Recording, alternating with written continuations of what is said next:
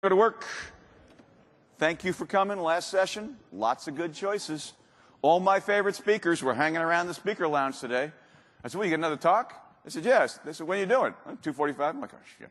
So the competition's good, and the fact you got here is very, very nice. This is basically, so a long, long time ago, we had a meeting. I write for a magazine, Windows IT Pro magazine. It doesn't come out in paper anymore, but it's still around. Anybody here read a Windows IT Pro magazine? Oh, good, 5 of you. That's good. So anyway, so this is like 17, 18 years ago. A bunch of us were at a conference, and our acquisitions editor at the time, Dina, I forget what her name, she's changed her last name 3 times since I've known her. But anyway, so Dina collects us all together at a breakfast meeting, which is great because there's no alcohol. Typically, when you bring all the editors and writers I know together, there's a lot of alcohol. And that's just because as writers, you know, we have to drink. Because as writers, it's our job to understand things, to understand the heart of the world, the nature of the world, and there's sadness there. And that's why there's alcohol. So anyway, but at breakfast, we don't do that. We don't get started that early. And so she was looking for ideas, and I said, this is back a long time ago. Anybody remember the resource kit? Resource kit was awesome. There were these wonderful tools, but how many times did you look at the resource kit and say, you know what, I have no idea what the heck that, you know, the documentation sucked dead donkeys through a garden hose. It was just really bad. And I said, I don't know if that translates well into non-English, so I don't want you to get the wrong idea. You know, if I could speak other languages, you know, what is it in German? Gestinken? You know, whatever, something like that. So how close was I? I don't think so. Anyway, so where was I? Oh, yes. So I said, if somebody were to take a great resource kit tool, just write a little one-page article that says, ever had this problem? Wouldn't it be great if you had a tool to do this? Well, here's a resource kit tool, and this is what the syntax looks like. That's awful. Here's a worked-out example that actually works.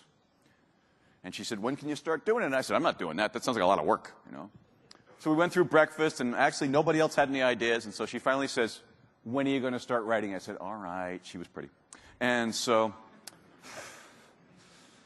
for the last 17 years, I think, I've been writing a monthly piece in Windows IT Pro magazine called Windows Power. It's had several names, but it's currently called Windows Power Tools. And that gives me an opportunity, because honestly, what you should know about me is that I'm cheap.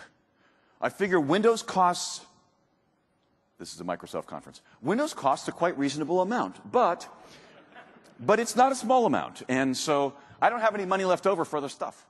And there's a lot of things, there's a lot of great tools in Windows that we haven't paid any attention to, and a few free ones. So I've been actually doing this talk for a long time. I'll pick out a bunch, a dozen or so. So you kind of think of this as volume 4. And by the way, I'm not going to go over this, but please grab the slides off the ComNet, and the last 5 slides is just a listing of great tools I've talked about in the past. So you could either Google it, or you could Bing it, and trying to get asked back, you know. So you can Bing my name and the tool, and you'll probably find the article, or you can just find what other people have written about it. So okay, so that's sort of like the first 3 volumes compressed. Let's talk about that. So I'm going to talk about some robocopy stuff. And I know I'm talking about tools supposedly that you don't know. Let me ask, how many of you have never used robocopy? Tell me the truth. Yeah, like 5 people. Okay. So I knew you knew it, but I wanted to review it just very briefly because I think robocopy does some cool stuff, and I warned you about that in the summary, so don't tell me you already knew, okay? And then from there, I want to talk about wiping disks. It's something that we need to do on a regular basis. There's some great tools out there, some nice tools. I'll even show you a tool that will wipe a disk in under 30 seconds. There's a trick, but it'll do it. We'll talk about wrangling licensing with SLMGR. Ever since we've had to do this activation stuff in the Vista days, we've had to do things like, I don't know, extend the licensing period or something like that. I want to walk you through those quickly. There are a lot of batch commands, and I'm a huge PowerShell fan. I'm a huge VBScript fan, but there are times that I'm just too bloody lazy to write a script. And there's a great command built into DOS, Jesus, what did I just say? The command interface. There's a great command built into the command prompt interface called for. And I think a lot of people know some of it, but they don't know all of it, so I want to talk to you about that. There is also, how many of you are starting to do automated deployments? If you're not doing it, you really should be. If you haven't been to like Johan and Michael's talks, those are some terrific talks. They may still be talking for all I know. Those guys just talk and talk and talk.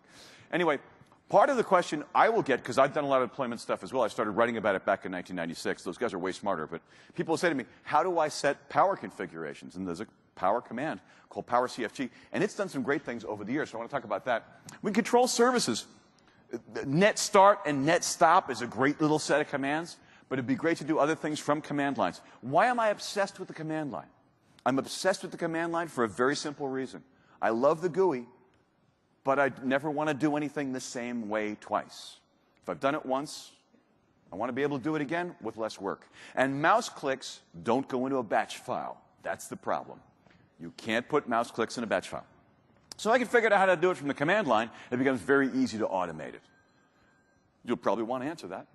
And so, what was I saying? And so, if we can automate this stuff, then life gets easier. And that's why I'm looking for command line-y kind of stuff. And this is all built into Windows. Partition Magic. Anybody remember Partition Magic? It's a great tool, right? So the Symantec guys bought it so that they could put it out of business. How is that legal? How is that legal? These guys bought Ghost and Drive Image and Altiris. They bought like all the imaging tools. If Microsoft did it, the Justice Department wouldn't sue them. They would drop a tactical nuke on Redmond. How does Symantec guys, anybody here from Symantec? No? Let's talk about them. So, seriously, you have to admit, you have to admire the sheer balls these guys have. It's like the good things, though, are the support call number. If you need to contact them, the phone number is easy to remember, just 666. And when I need to get to my Symantec, contact people, I just get some chalk and I make a circle on the ground. I'm kidding. I love the Symantec stuff, and these guys, you gotta admit you gotta like the chutzpah. Anyway, Partition Magic's gone, but there's some cool things that are in DiskPart that are like Partition Magic. I find it be useful sometimes to be able to email from a command line. That's a tool out there called BLAT that will do it. By the way, there's also a PowerShell command. We'll talk about those as well. I'm not going to do a lot of PowerShell here because this is sort of Volume 4. Volume 5 is going to be cool stuff with PowerShell that you don't know but should be using, but I'll wait another year or two until everybody's a PowerShell expert. How many PowerShell experts do we have in the room? A few. Okay. So how many of you have PowerShell on your list of stuff I really need to learn sometime soon? Okay. If only there were a good book about it that explained how to do Active Directory administration with PowerShell, while at the same time sort of teaching you PowerShell while you weren't paying attention. Wouldn't that be great? I'll have it written in 6 months. So from there, how to we can do automatic event log scheduling with WEVT util. That's some pretty good stuff. I like to exercise my AD and see that my AD is working right. Watching your tickets in Kerberos, that's important stuff. And we'll see that with KList. And then finally, anybody here ever use steady state? Nice thing Microsoft used to give out. For those of you who are running schools, laboratories, libraries, whatever, big bunches of public machines where the public comes in, screws your computer up, students come in, screw your computer up, and you have to reset what they did. It was a great thing Microsoft did. For whatever reason, they stopped giving it away. I realized, though, that with Windows 7, if I glued together like 11 technologies, I could reproduce steady state. So I give it away. It's called steadierstate.com, and I'll talk to you a little bit about it. I'm not making money on it. It's just it's out there. I want you to know about it. So this is a destination check. Is this all right? Okay, good. Yeah. No, but honestly, if anybody says, nah, that's too light, something like that, if you want to go to something else, I'd be sorry to see you go, seriously, but I want you to have the best show they can possibly have, because this has been a great TechEd. These last two TechEds just make my ears bleed. There's so much new stuff. So, with that in mind, let's talk about Robocopy. What's Robocopy's job? I love Robocopy because, have you ever tried to copy a big whack of data from one server to another? Isn't that fun?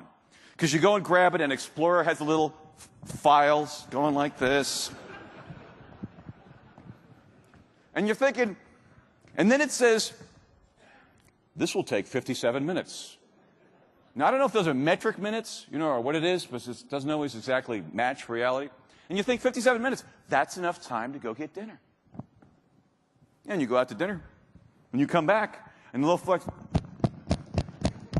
and there's something it doesn't like, because Explorer doesn't really copy files. It just promises to copy them, and then screws you, okay? So, it's Explorer, it's not day laborer, James Kirk finds the planets. He's the explorer. You know, the guy who exploits them, it's a different person altogether. Robocopy, somebody wrote, it's one of these internal things at Microsoft, and I forget the man's name, but he is a god. And he can't, he's like Rasinovich with the sysinternals tools. You just can't stop screwing with them. You know, because every time you turn around, right, every 6 months, sysinternal tools get better. Robocopy is the same thing. It is now in the box, okay?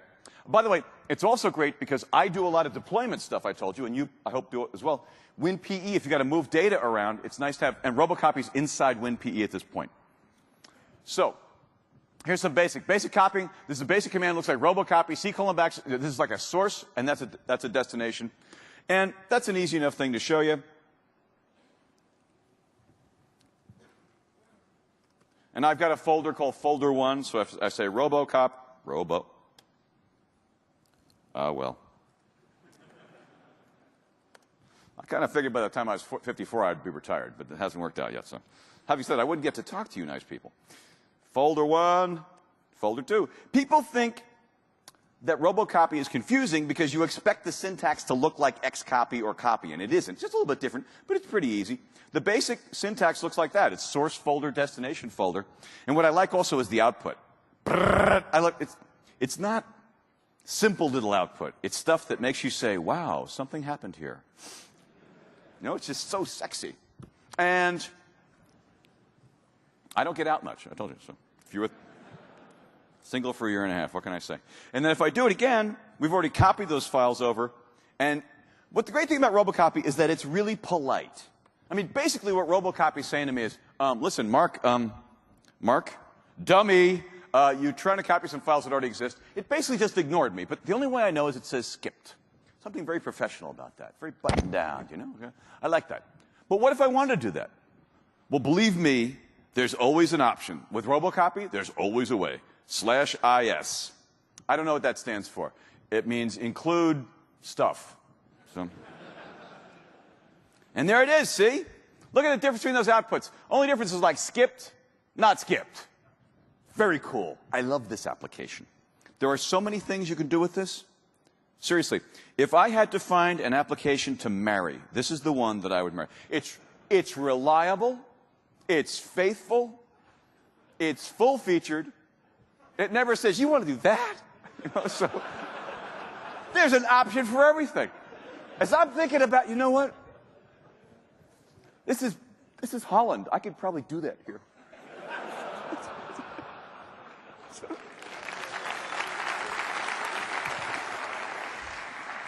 Don't applaud that kind of stuff. Because you know there are like 3 people here that are offended by that. And I'm sorry to those people. I'll try not to do it again. So if you want to get specific, you can have a pattern there. If you want to, this will only copy the top level. And very much like Xcopy, has anybody run help on Xcopy? Ever since Vista, if you say Xcopy /?, it says Xcopy has been deprecated. Deprecated is software ease for it's still here, but don't bank on it. Could be gone any day. Might be you roll out Service Pack 2 and no more Xcopy. That's like when Vista first came out. I was trying to do something sneaky with Windows integrity levels. And I thought, oh, I'll use cackles. Remember cackles, the change access control levels? I typed cackles, /?, and it says cackles has been deprecated. Now use what? Use iCackles. I'm like, iCackles? What is that, like the Apple version? There we go. So, oh, by the way, this color means that's an exact line that works. This is like syntaxy stuff. So here's this case where I'm going to say, I'm going to copy from that file to that file. And then here I want to say, there's lots of levels to the folders, but I only want to go down 2 levels. So /s does subdirectory, /e does it with whether they're empty or not. The great thing about Robocopy is, look, we're not going to use Robocopy to copy 2 files from one folder to another. You could, but you're not going to. What's Robocopy for? You got that big-ass job that's got to run at 2 in the morning every night, big whacks of data from server 1 to server 2, right? And it's 2 a.m. How many of you want to be in the data center at 2 a.m. to make sure it's working? Come on, anybody? No? It's so boring being home with those spouse and kids. I'll just, I'll check the block transfer in the middle of the evening. So these are the bomb. These are the switches that made me learn Robocopy. /Z. I love this. /Z says, you know, I realize sometimes the network's not reliable. So if there's a failure, don't give up. Try it again in 30 seconds and try it, I'm not kidding, 1,000,000 times. That's the default. 1,000,000 times. This is the other reason that I love the guy who wrote this. He's crazy. He crazy. Crazy in a good way. You know? It's like, not like tinfoil hat crazy, but he crazy. Then you can change those numbers if you want. Say /R:(N), you can say what that number is. Here's the other one. This is maybe my second favorite. /B. Now you know, because you know this always happens, you go to grab some big whack of folders and there's profiles on the damn thing. And the profiles have the permissions such that you can't actually read those files. No problem. /B says use the backup right. Use the backup privilege. So you say /ZB, gives you both of them. This means it doesn't matter. It will work at this until the end of time. It will get to these files no matter what. So that's pretty cool. There are lots of Windows tools out there, a number of Windows tools, that will let you take a folder from one location and a folder from another and make them identical. DFS, for example, does this. And DFS does this with, it originally did it with a thing called FRS, the File Replication Service. Has anybody set up DFS? Okay, so have you lived the pain of FRS, the File Replication Service? The File Replication Service is okay. It's okay, you know, I mean, it's better than what we had in NT4. And the thing about FRS, though, is that FRS breaks down for difficult to understand reasons and fixing it. Has anybody had to ever fix FRS or a sysfile replication problem? That's why the first thing you do when you go to Server 2008, the first thing you do when you go to Server 2008 or later is you use DFSR MIG and you move everything over from FRS to DFSR. If you don't know about that, look that up. It's very, very, very, I've written a few articles on it, but you'll find lots of references on that. So FRS is built, I don't know, I imagine that FRS, it's good, but I mean, I think it was built on a weekend with tequila. And so Robocopy, in contrast, has a mirror option that will do that. You can point it from one folder to another, and it will keep them in sync. And it really does keep them in sync, in the sense that if I'm the source folder and you've deleted something, I'll delete it out of the other side, too. So that's some pretty cool stuff. Many times we don't know what Robocopy's doing, because it's a little tight-lipped. And that's why you can get logging. And so I'm a big fan of the logging. And if this looks like too much work, shame on you. Command line stuff's good for you. But TechNet Magazine published a GUI front end for it if you're one of those kind of people. All right? So once you've got something working the way you like, you can save that in a job. Save it in a little file called My Job. It's a little text file. And then from there, you can just do Robocopy again. And once you've got it working, that means you got short syntax. Make sense? And I think it's the last Robocopy thing I'm going to show you. I use Robocopy in steadier state. Because in steadier state, I've got to deploy big whacks of data. And one of the newer, I want to say, 2008 updates to Robocopy lets you run multiple copying threads at the same time. Did anybody here go to any of the storage talks about the cool new stuff with Server 2012? If you did, then you know one of the things that you heard if you listen to Jose talk or Bob Combs or one of those guys, then they were saying that one of the neat things about SMB multilink is that you could have one server and another server and a big fast 10 gigabit NIC, but you're still only using maybe 25% of the CPU, which may be fine. Wouldn't it be nice to just flip a switch and say, let's use the whole CPU? Well, now, SMB multilink will do that, but you've got to set that up, and you need Server 2012. You can do it right now with /MT. /MT lets you set up multiple threads. MT, multiple threads. And here I'm saying, let's get 16 threads running at the same time. And so there you're going to get more CPU utilization. Lots of cool things are coming. That you will then become a Robocopy fan. Does that make sense? I'm going to ask you if there's a question, but if you have a Robocopy option that I haven't covered, please don't tell me now, because I know everybody's got a Robocopy, everybody's got their favorite Robocopy thing. Email it to me, I'll edit this. So questions, are we okay so far? Yes, sir, please.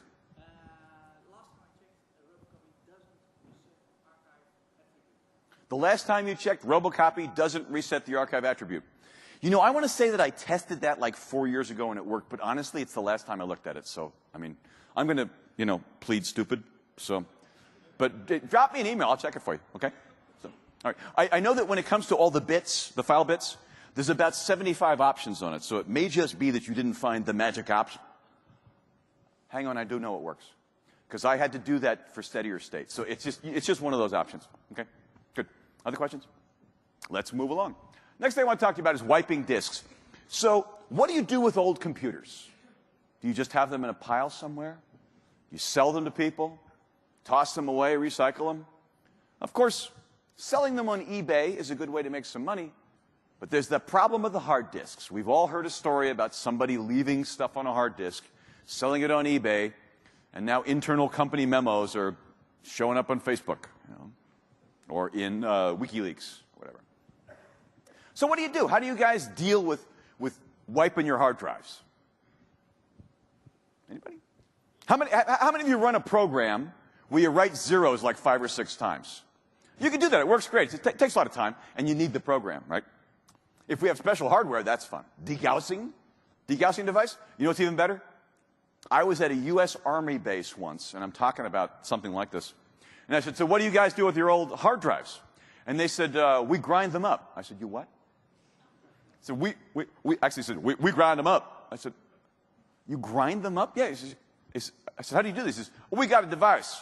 Want to see? I'm like, do I want to see? So you got this, like, old 5 1/4 inch ST506 drive. They drop this sucker in this box, and it makes this noise like all of Satan's imps are all grinding, files.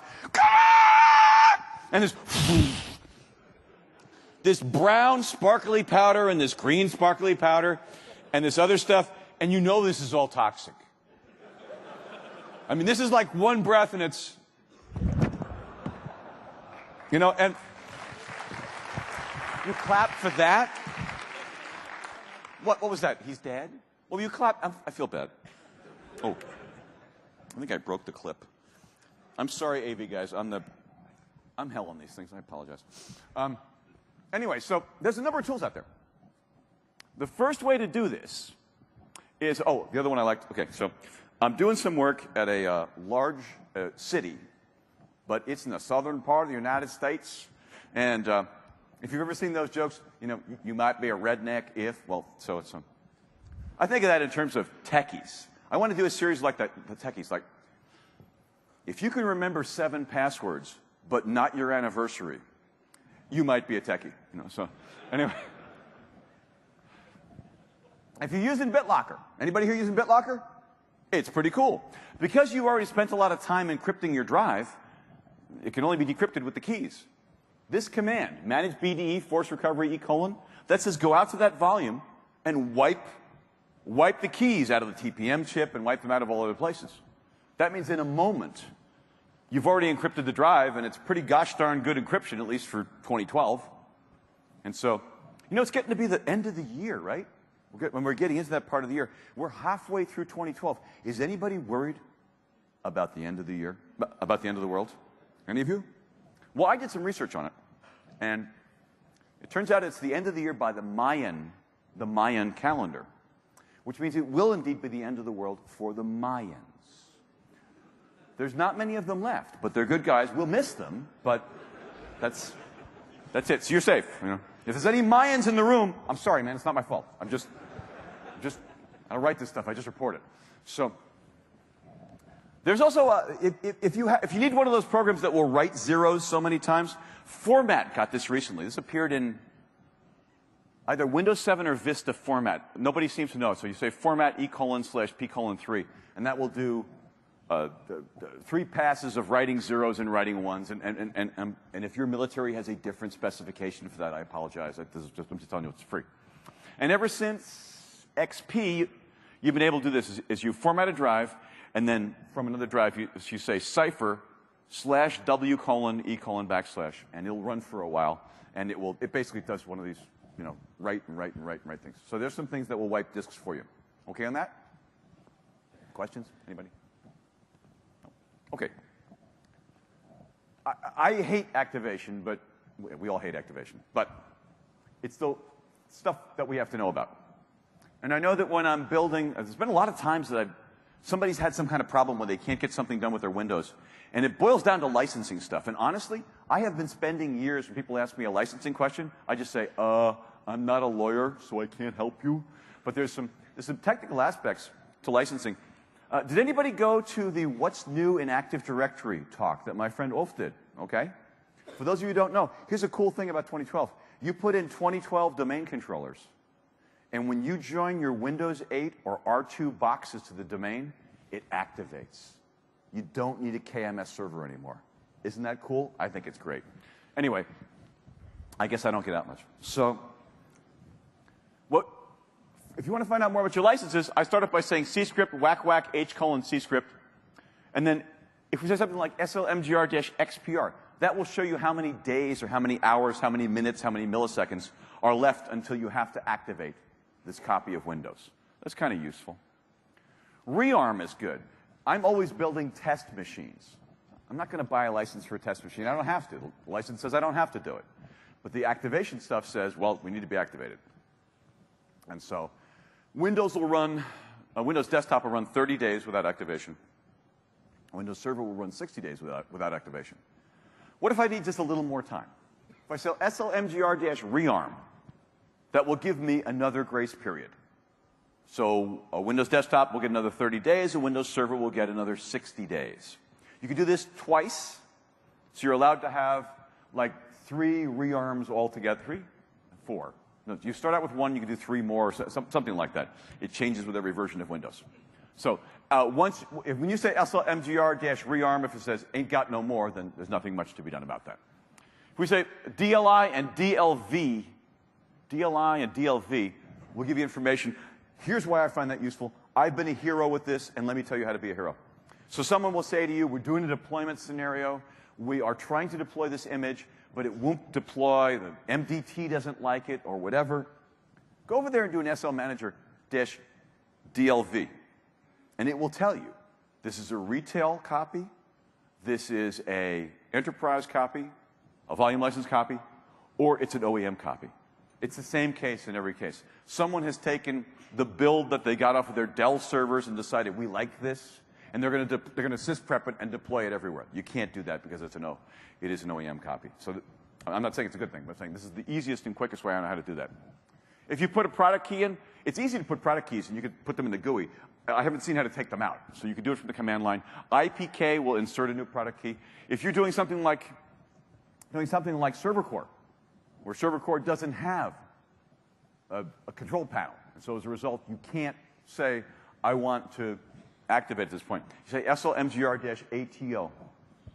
And once in a great while, have you ever had a situation where a machine can't find a KMS server, where it can't activate? So what's happening here is that the way that a Windows 7 or an R2 or a Vista or a 2008 box find a KMS server is by going through DNS.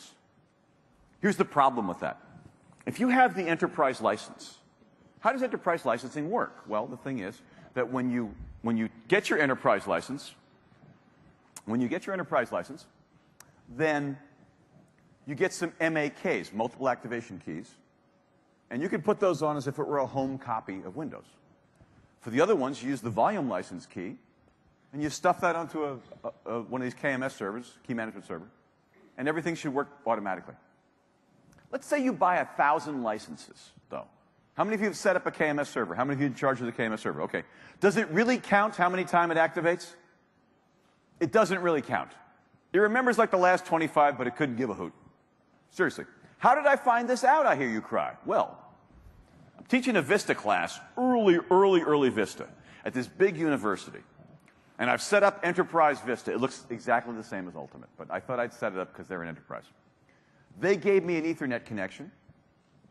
I fired up this virtual machine with Vista Enterprise, and I'm showing them some stuff, and all of a sudden a box comes up that says, thank you for activating your copy of Vista. I'm like, oh crap, I just burned one of their licenses. Oops, you know. So we spent some time on the phone with the Microsoft guys at lunch, and they said, don't worry about it, it doesn't matter. Because I always kind of figured the KMS server was reporting back to the mothership on a regular basis. It doesn't. I'm not suggesting you violate your licenses. Let's be very clear on that. Mark, don't tweet that. Mark did not say that you can get it. But here's the problem. So I thought to myself, wait a minute. So if it doesn't actually burn anybody's license, and I visit a lot of people to do consulting and classes, all I need to do is just get a copy of Enterprise and just make sure that I see one client every 6 months. Just, you know, can I just plug in? Oh, no problem. Thank you very much. You know, so. I would never do that. I'd be using my power for evil and not for good. And so, which is why Microsoft says, don't put a volume license server on the internet.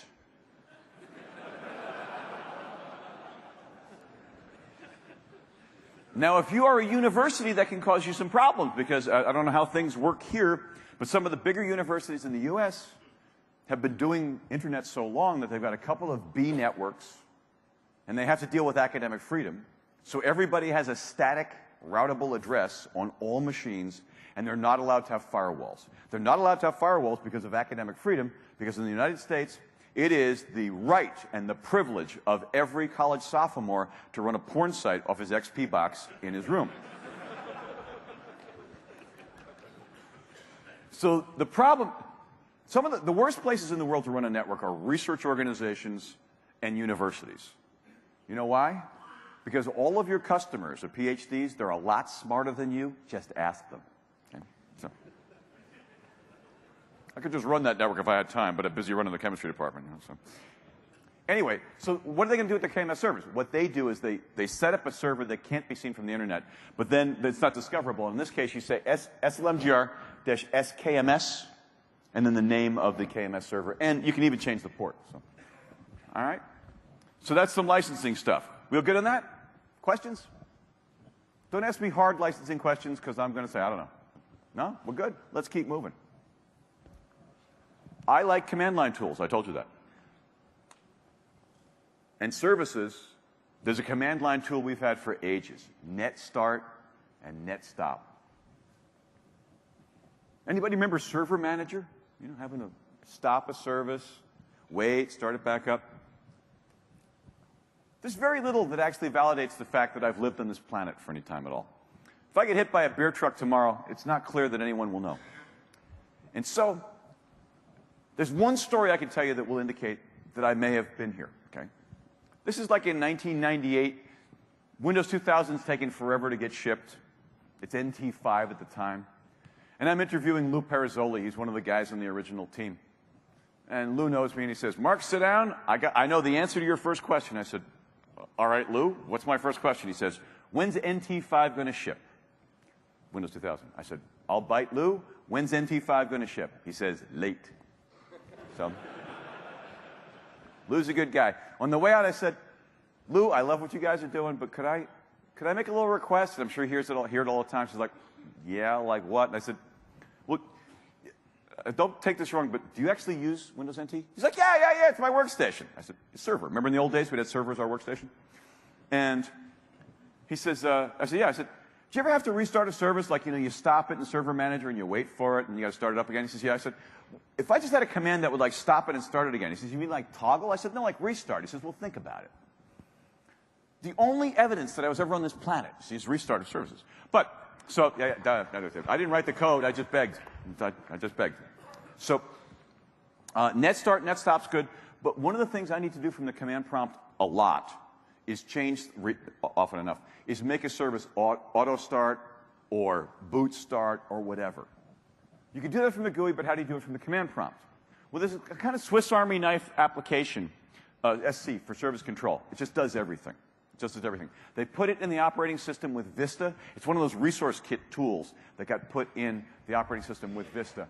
And it looks like, it does many things. And I've written a number of articles on it. But let me just show you one thing. It lets you start, lets you change its start configuration. So SC config, name of a service, then start equals, and there's going to be a value like auto or auto delayed or something along those lines. Let me just show you that command.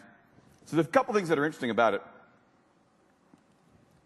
So if I say like SC config landman server, what's landman server? That's the internal name of the file server service.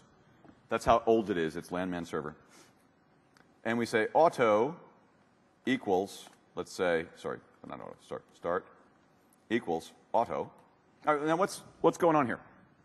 So a few things. I'm grabbing the server and I'm grabbing it by its internal name, and you know its Indian name, and you know rather than its external name, display name. That's landman server. And then I'm going to say I want the start to be auto. Has anybody played with SC? How many of you have played with SC? Okay.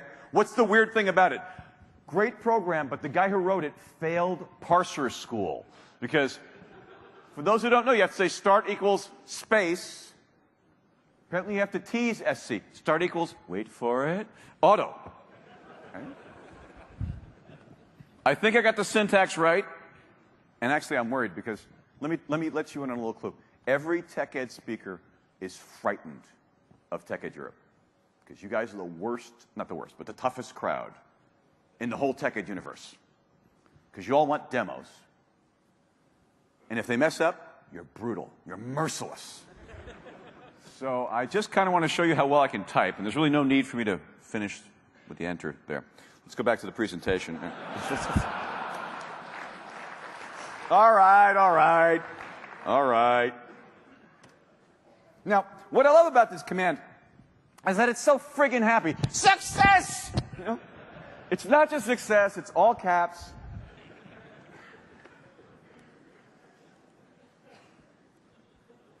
Very helpful tool. Very helpful tool. 4.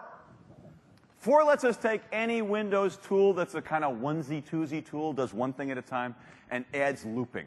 It adds power. It adds the ability to do things over and over again. This is the tool that makes any tool into a power tool. The 4 command lets you do a lot of stuff. I'll give you an example. Have you ever had an application, command line tool, that doesn't take wildcards?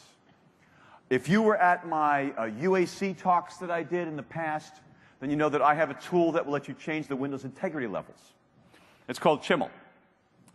Chimmel, you can say Chimmel and a file name. You can't use this asterisks because I'm a terrible programmer and I haven't figured out how to make that work yet. And I just don't have a lot of time. So that won't work. You could name one file. What 4 does for me, and so follow me on this. This is a little weird, little ugly, but 4 %A. %A is going to be a variable. %A is going to be a place where you can put placeholders. In, then you have a pattern. One by one, this will find all the files. One by one, this will get all the files whose names start with B. And one by one, it'll take those files, and where that is, it'll stuff it here.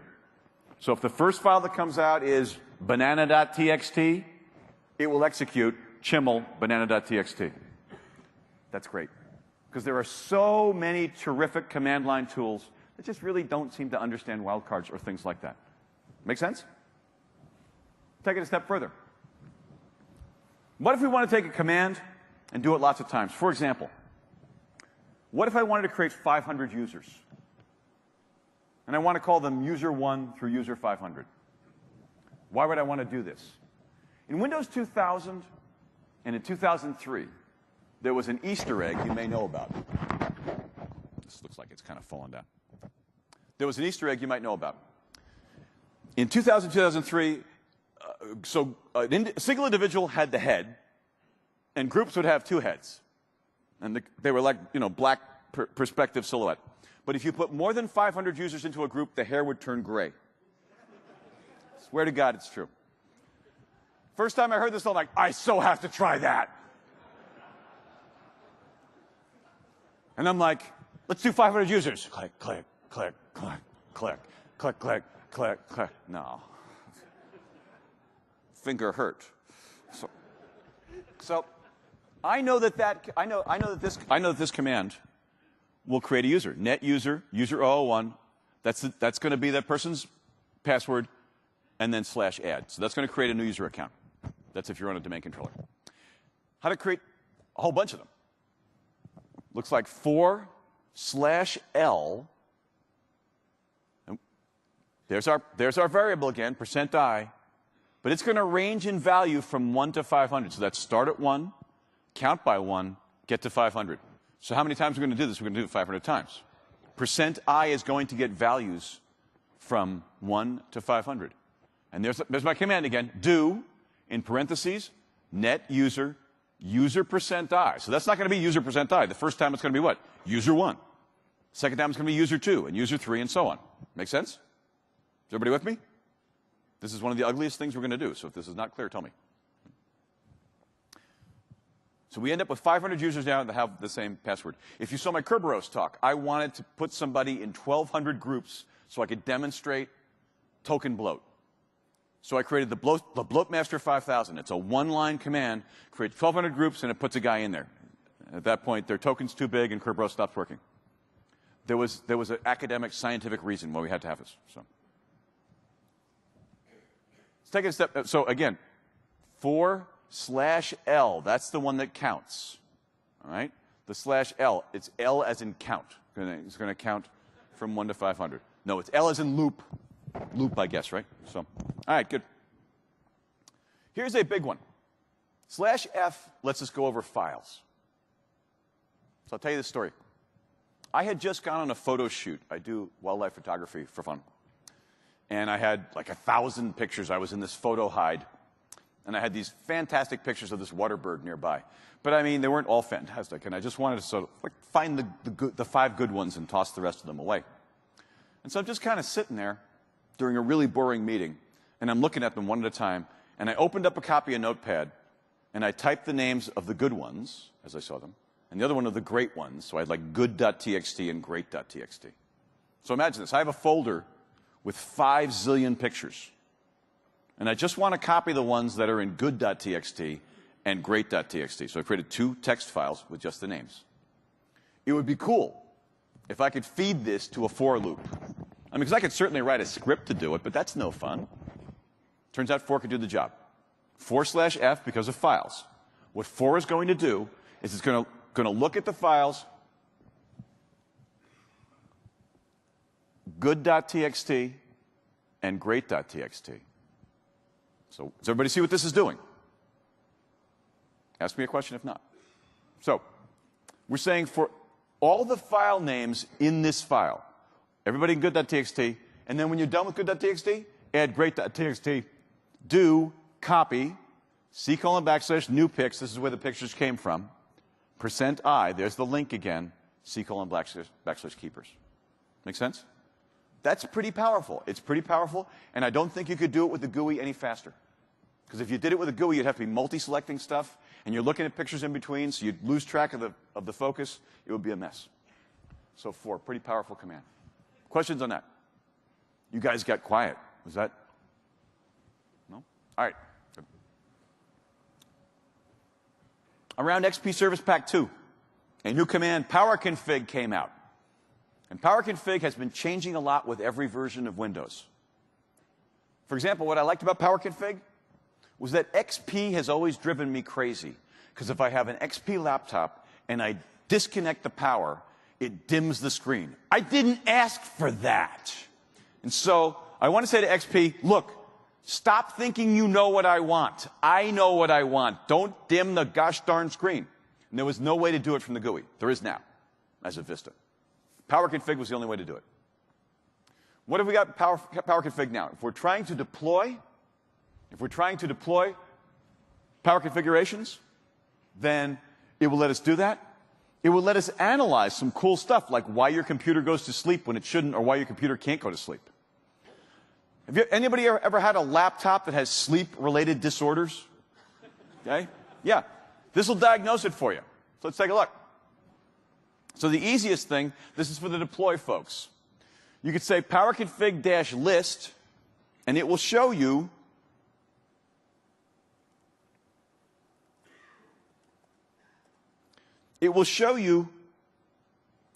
all of your power schemes, that's their names, but Windows doesn't want to know the names, it wants to know the GUIDs. So it'll get you that information, and then you can do a powerconfig command to turn that power configuration on, and life is good. Questions on that? Anybody? Okay. Another one. Is there a question in the back? Please, speak loudly, please.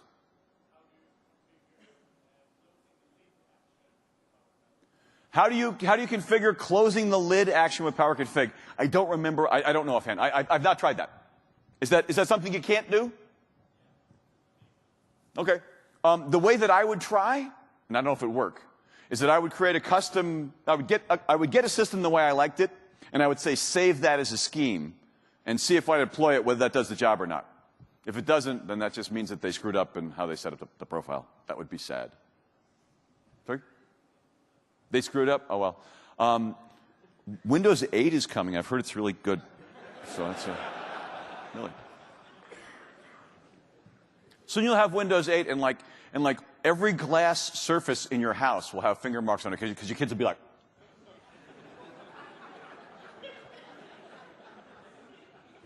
Every television's like, how do I get to play Angry Birds? Now, maybe it's just because I'm a control freak, but I didn't like the fact that Vista didn't let me control how long it was before my computer went to sleep, or whether it hibernated or not. And that's because it has this thing called hybrid sleep.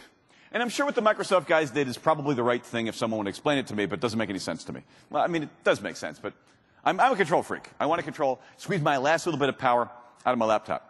You can restore that, because again, if we go to this setting in Control Panel, we get sleep after, allow wake timers.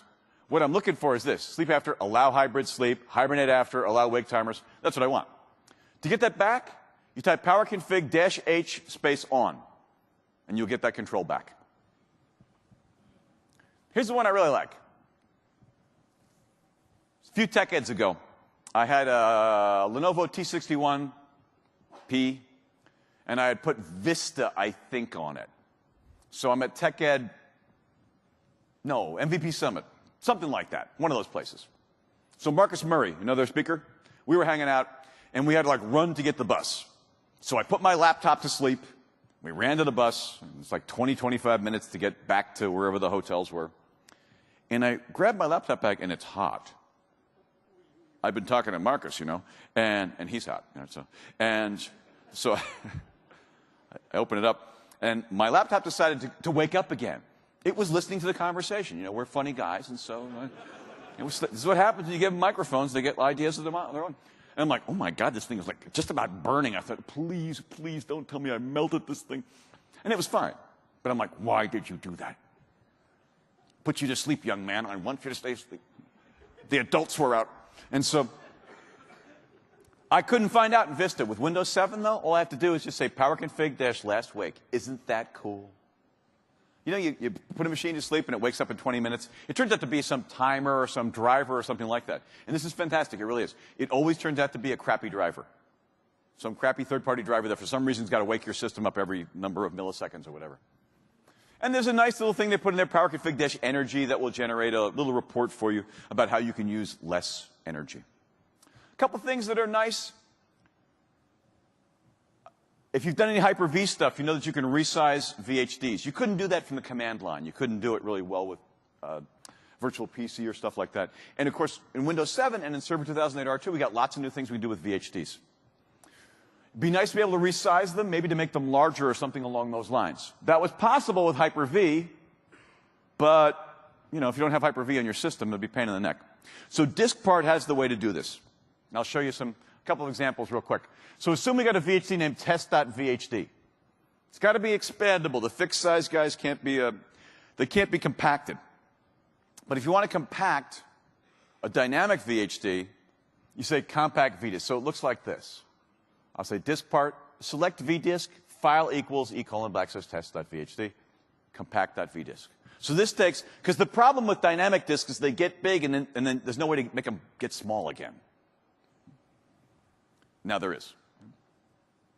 Used to be able to do it from Hyper-V, but it's a pain in the neck. It was a lot of clicks. You can also make them larger. So if you say, you know, I need a disk to be larger, again, you can do it from the Hyper-V console, but if you're not doing it Hyper-V, if you're using a VHD for another reason, and I use VHDs for a number of reasons, then I say DiskPart, select disk, select vdisk, files equals whatever, expand vdisk, maximum equals, and that is in megabytes, if I remember correctly. Okay? Along those same lines, we've got essentially partition magic here. This is something we've had ever since Vista. Some of you may know this. I find a tremendous number of people don't know it. That's why I put it in the list of stuff I was going to talk about. So I can say something like,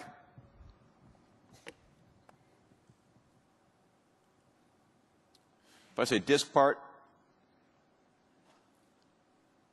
I can say list volumes, or actually, DiskPart only needs the first 3 letters. Now, when you're doing command line stuff, you want it to look as confusing as possible because, remember, let me explain why you're doing command line stuff. Did I explain this? I don't think I did. there's a conference that runs in the States a few times a year called Tech Mentor, and I speak at it. They do a magazine. I don't write for that magazine, but they're lovely people, but I don't write for that magazine. It's called Redmond Magazine. And they do a salary survey where you can see, oh, I'm an IT administrator in the Windows world. I'm between this age, and I live in Ohio. You can find out what the average salary is, and you can say, ooh, I'm doing crappy or I'm doing great. Anybody ever seen one of these? I don't know if they do. I don't think they do it over here. But in any case, what these guys will also do is they'll go out and they'll find the Unix administrators and look at their salaries. And the Unix guys always make like about $10,000. That's like 15 euros, more than the Windows guys do. And it's like, why? People say, why? I say, I know the answer why. Because when the boss is walking by you and you're going click, click, click, click, click in control panel, the boss is saying, I could play solitaire. I could so do that. Hell, a Minesweeper's harder than that, And so, but how many of you have done Unix administration? I'll bet a lot. That's just a little bit, right? What do? You don't do Unix with GUIs. Oh, no. Unix manly administration. I done from the command line back in the days when men were men and sheep were nervous. So,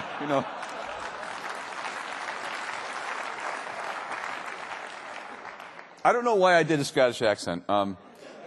Most of my ancestors are from Scotland, so I think that's probably why I did. But anyway, so you do Unix administration in.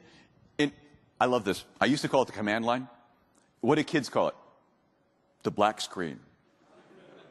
It's like, I guess when you watch on TV, hackers work in the black screen, And there's none of that like easy command prompt, C:// whatever. Oh no. What's command prompt look like in Linux or Unix? It's either like a % sign or a $sign. That's it. It's like, you know what to do, and if not, go away. No games here, mofo, Which is funny, because you'd think if there were an operating system with a $sign as a command prompt, it would be Windows. So you got to figure, you're doing this typing stuff, and the other thing, too, is the Unix guys have it all over us because all of their commands look like line noise, awk, sed, drof, grep, fgrep, things like this. And I love that. And you know why they did that? They're building Unix in the days of 110 bit per second. I didn't say kilobit. 110 bit per second, 20 milliamp current loops. And so every character counts. You can actually watch the bits going across, the wires in those days. And so you start doing that command line stuff. Like when the boss goes by and sees you do the sed and awk and truff, the boss is like, I could not do that. That guy needs another $10,000. This is all there is to it. Seriously. And my ex-girlfriend, I saw a situation like this. So she was, we got a place on the water, and so her youngest daughter was about to go to college. And so she came to stay with us for the summer. And she needed a laptop because she was going to college. And she didn't have one. So I had one, like an extra laptop. I stuffed a big hard drive on it, put lots of memory on it, put Vista on it. It's good for her. And so it was a few years ago, before we had Windows 7. And so she's sitting there hacking away, and this is so long ago, because it's a big 4 years, that no one was doing Facebook. They were doing MySpace. That's how long this is. And so one evening she would just sit there in MySpace to her friends, and I'm like, you do know we have telephones, but there are certain technologies that arrive now and then that make me realize I'm old. So anyway, so one day we have a network crisis. Network crisis is where you can't get on MySpace if you're 18. And so my ex, who's a techie, she just goes over and did what you did. She just opens up the command prompt, does an IP config, fixes it, everything's fine. And her daughter was a great kid. She was not a snotty teenager at all. But I'd never seen the look of awe on her face. Like, Mom, what did you do? And she's like, what? She says, you were working in the black screen. Like the hackers. Are you a hacker, Mom? The command prompt can also raise your stature in your friends and family's eyes. So forget list, do Liz. Liz, volumes, Liz vol. List volumes. Let's go to drive E there. Let's select volume, select volume, right? 3, I don't want to do that. No. Cell vol 3. Very manly. I feel the testosterone coursing through my brains. And now I can say, could I shrink this? And I can say, well, how much can I shrink? If I say shrink query max, it'll think about it for a minute, or maybe more, and it'll tell me how much I can shrink it. So we have that nice partition magic kind of thing that we can do, and I'm not going to wait around for it. I'll come back just to show you it worked. Well, yeah, we'll come back and show you it worked. And so we can say something like, I think I have a, yeah. Here's what I say, shrink query max tells you how much you can take out. Now, let's be clear. If this is a C drive, never do shrink. And by the way, if you type shrink all by itself, it finds out the maximum shrinkage it can do, and it shrinks all of that, so there's no empty space on the drive at all. Never do that on a C drive, okay? Never do that on a C drive. Just, please, that's important. Syntax looks like shrink desired equals megabytes and whatever. So nice little tool. You can also do it from the GUI if you're that kind of person, but there's, you can extend as well, so that'll do the job for you at the same time. Does this make sense so far? Have you ever wanted to email yourself something when something happened? Now, we can do this now with Vista and later, but this is back in the Windows 2000 and XP days. I had set up a server. In my defense, I'm going to say I was busy, really busy, traveling a lot. Paid a lot of money for the hardware, but I got a bum C drive, and it kept destroying little bits of itself. And the event log even told me this. This is a long time ago. I realize it makes me look stupid, but it was 10 years ago. I was younger. I had all my hair, and it was all, you know, had color, you know, and had more brain cells then. I should have known this, you know, but I didn't. So what was happening was I was getting an event ID 6 from source disk, which is event log-ish for, hey, you got a bad part of the hard drive, buddy. And there's a whole bunch of them, these little red crosses sitting in my event log. I didn't notice them. And you really only notice them when you reboot, because that's when it needed those areas. And so like I said, I was fine until Windows Update, whose job is to keep my computer from failing, caused my computer to fail by making me reboot. So I thought, okay, this is, and that meant, that's when I lost my web server, which was the beginning of a bad day at the office. And so I said, man, this is never going to happen again. This is really embarrassing. I've got that event ID 6 right there. If that ever happens from XP or for Server 2003, I want an email. So there was a command called event create, where you could say, if this event happens, then do this. Because you know, in those days, this is like, we're talking like 2000, 2001, smartphones, smart-ish phones were starting to come out. There were applications that would run on smart-ish phones. And if you'd be at a TechEd conference or something like that, and some guy would talk about how great his smart-ish phone was, and he'd say, I got this application, lets me reboot my servers. Watch, we're sitting in the bar, says, just rebooted my Exchange server. I'm like, you did what? But anyway, I thought, he can do that. That's cool, you know? I wanted my phone to give me that information.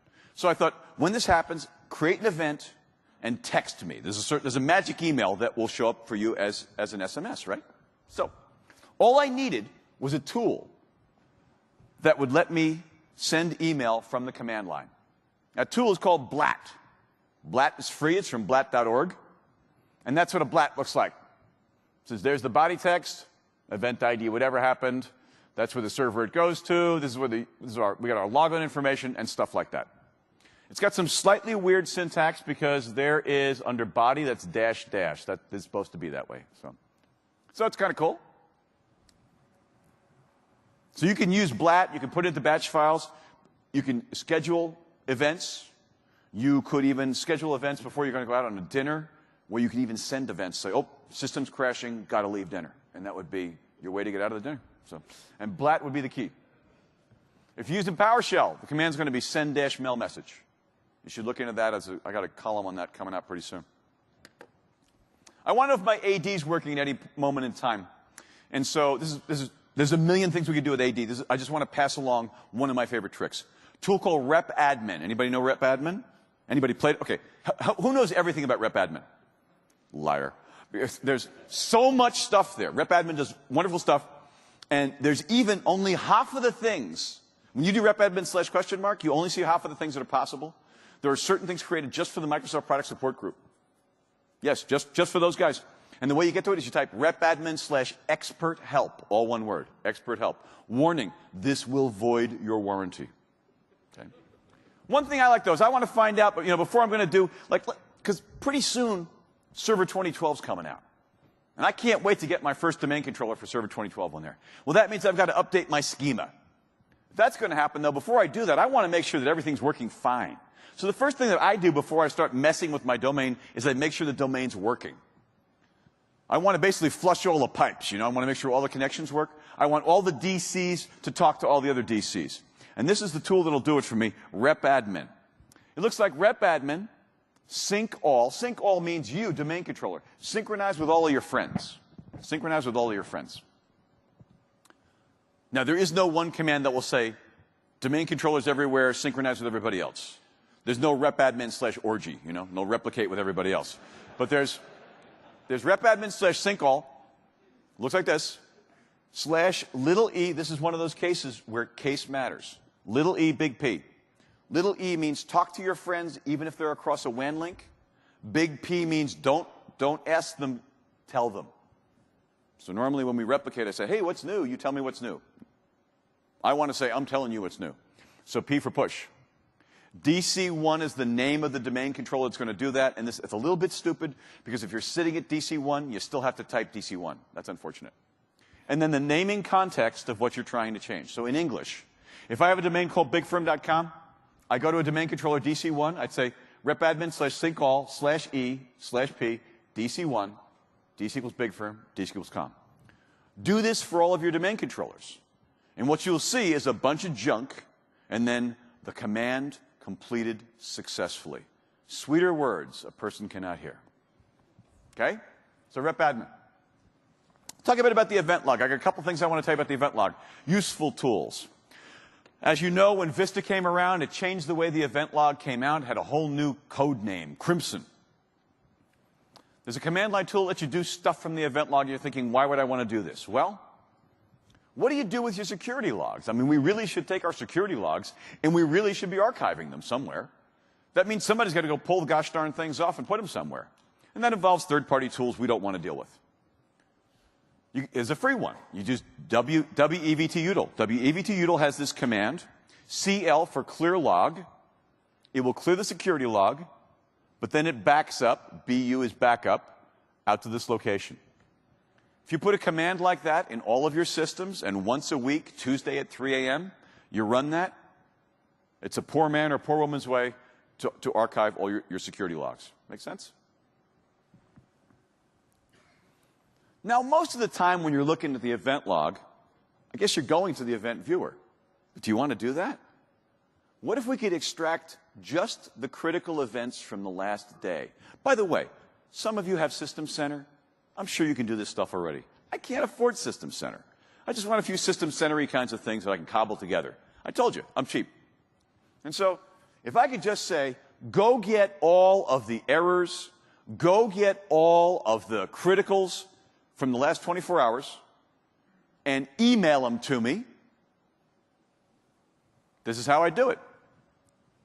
I'd say wevtutil, QE means query events. Here I'm taking it out of the system log. You'd have to do it for more than one log. And that stuff that looks like machine language, that's a query language called XPath. Query language called XPath. But that says, show me, so level 1 and level 2, that's critical and error. How did I know to write that? So it says wevtutil query events from the system log, that's the query. Show me everything that, this is show me everything. 24 hours would be different. Show me everything that is error or critical. /f:\text. And the reason it's f:\text is that tells it to output it as human text rather than XML, because XML is the default. I don't know about you, that seems fine to me, because when I get my data, I always prefer it in XML. Right? So, now how did I get that query string? Very simple. If you go to the Event Viewer GUI, and you type a filter of some kind, there's this XML field, XML tab over here. Grab that tab, and what you will see, if I were to blow this up, I just want to blow that up, is that it shows you the XML, grab this little hunk there. Grab that little hunk, and that's how you can build an XPath query very, very easily. Okay? Questions on that? So you take the output from that, you blat it, or you send mail message, and every morning at like 7 a.m., as you're eating breakfast, you find out what happened at the system last night, and you're ready to go, and you didn't have to do any RDPing or anything like that. So, you guys are quiet. That's not exciting? No? All right. Thank you. Thank you. So that kind of support that keeps me going. This is a much bigger story. It's a much bigger story. But KList is important, and here's why. You know, there's been a number of logon tools that we have seen in the Windows world over the years. The two most recent ones are NTLM/NTLM v2 and Kerberos. A lot of you are using NTLM even though you don't realize it. And NTLM's scary because it's pretty long in the tooth. It's pretty old now. Next year, NTLM will be 20 years old. Anything that involves cryptography that's 20 years old, what's that called? That's called something without cryptography. And so NTLM is getting to the point where if you let me sniff traffic that's NTLM encrypted, I'll be able to crack it quick as a wink very soon. I mean, soon your iPad will be able to, crack it. So you want to get rid of this stuff. And one of the things we do is we want to check to make sure that we're actually getting, and you're saying, wait a minute, Mark, I have an Active Directory. I log on with Kerberos. Well, probably not. When I do work with large organizations and small organizations, I say, do you mind if I sniff your networks? They're like, why? I said, because I want to find out, you got an Active Directory, how many of your logons are NTLM logons rather than Kerberos logons? And they say none. I say, let me do the sniff, you can analyze it. I find in most large organizations, 5 to 7% of the logons inside the AD are NTLM logons. Misconfiguration, bad programming, or just plain busy domain controllers. That's the reason. You'd like to know that stuff. You want to know whether or not you've actually logged into Kerberos or not. It's very simplified, but one quick way to get a handle on that is a tool called KList. KList will list your Kerberos tickets, the ones that you have. If you think you're logged onto your Active Directory and you type KList and you just get a command prompt back, that means you're logged on with NTLM, not with KList. It's a nice tool along those lines. Similar to that is Who Am I? This is a tool I've seen implemented in just about every operating system. What's the value of this? Well, ever since UAC appeared, there's always been that question of, do I have the power that I really think I should be having? Who Am I will show you all kinds of stuff about you, if you haven't played with it yet.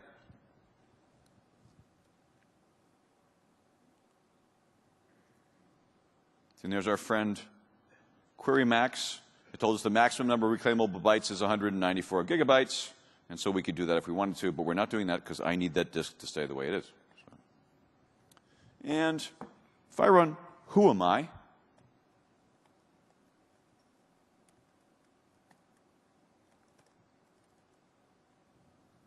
Who Am I shows me, first of all, my SID. It also tells you your username, so if you're struck with amnesia and you're sitting at your computer, you just type Who Am I and you're totally in good shape. Shows you your groups and then your privileges.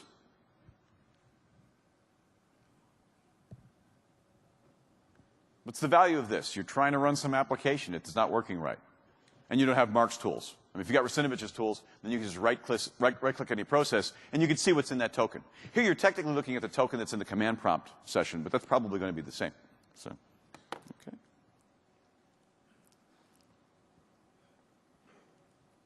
All right. Almost to the end here. I want to talk to you about one thing. I talked a little bit about steadier state. Remember I told you that those of you that run big hunks of public access computers or just computers run by people who don't give a hoot. Basically what I do is I take your computer configuration, the one that you like, and I convert it to a VHD. Then you're going to boot off a VHD. We've been able to do that with Windows 7 and since. What I also do, though, is I take differencing disks. That is, we get your computer the way you want it. And I say, fine, that's image.vhd. Let's create a child image called snapshot and boot off a snapshot. All the changes that you write are not written to image.vhd, they're written to snapshot. When you want to roll back, when you boot up, there's an entry in your boot menu. It says Windows 7, as always. Then it also says rollback changes. Click rollback changes, system automatically reboots. automatically gets rid of the child, creates a new child, and reboots again. Takes about 3 minutes and 37 seconds. Here's the value. You've got a lab of 40 students. They come in at 8 a.m. By 9:15, they have screwed up all your computers. It's their job. Downloading viruses, porn, and other useless stuff.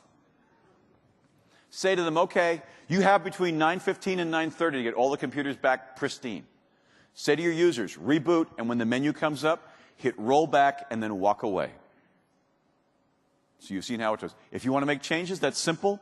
There's a guard word that you can type, and that will then allow you to be able to reboot, get a command prompt, and you can merge changes so you can do things to do updates. So it's perfectly free. I'm not trying to make any money off of it. It's just I knew that steady state was that people missed it. And I couldn't come up with a name. I had so many damn names. And then that day before at lunch, I'm talking to a friend, and I said to her, you know, it's like it used to be steady state, and I know what this is, like steadier state. And I think she talked to me for the next 10 minutes, but I didn't hear anything, because I whip up my iPad, and I'm like, oh, that domain is so not taken. Oh, anyway. All right. If I can keep you for just another minute. Log on to the site, the TechNet site, point at either one of those guys, and that'll take you straight to the evaluation page. We have not had a lot of evaluations. I know you're busy people. But the feedback is so important. I mean, it's not like I'm going to fire myself, but they might fire me. But I mean, seriously, the feedback is just super important because, you know, I like to think I'm a decent speaker, but I get a lot of feedback. I mean, do this for me. If there's something I did you really liked, please make a comment so I keep doing it. And if there's something that I did that you didn't like, go ahead and do that too. I only get to come to TechEd because you guys keep asking for me. And I just, you know, I can't tell you how thankful I am because I just so love doing this. Haven't been here a few years, you know. I know. For 2 years. Thank you.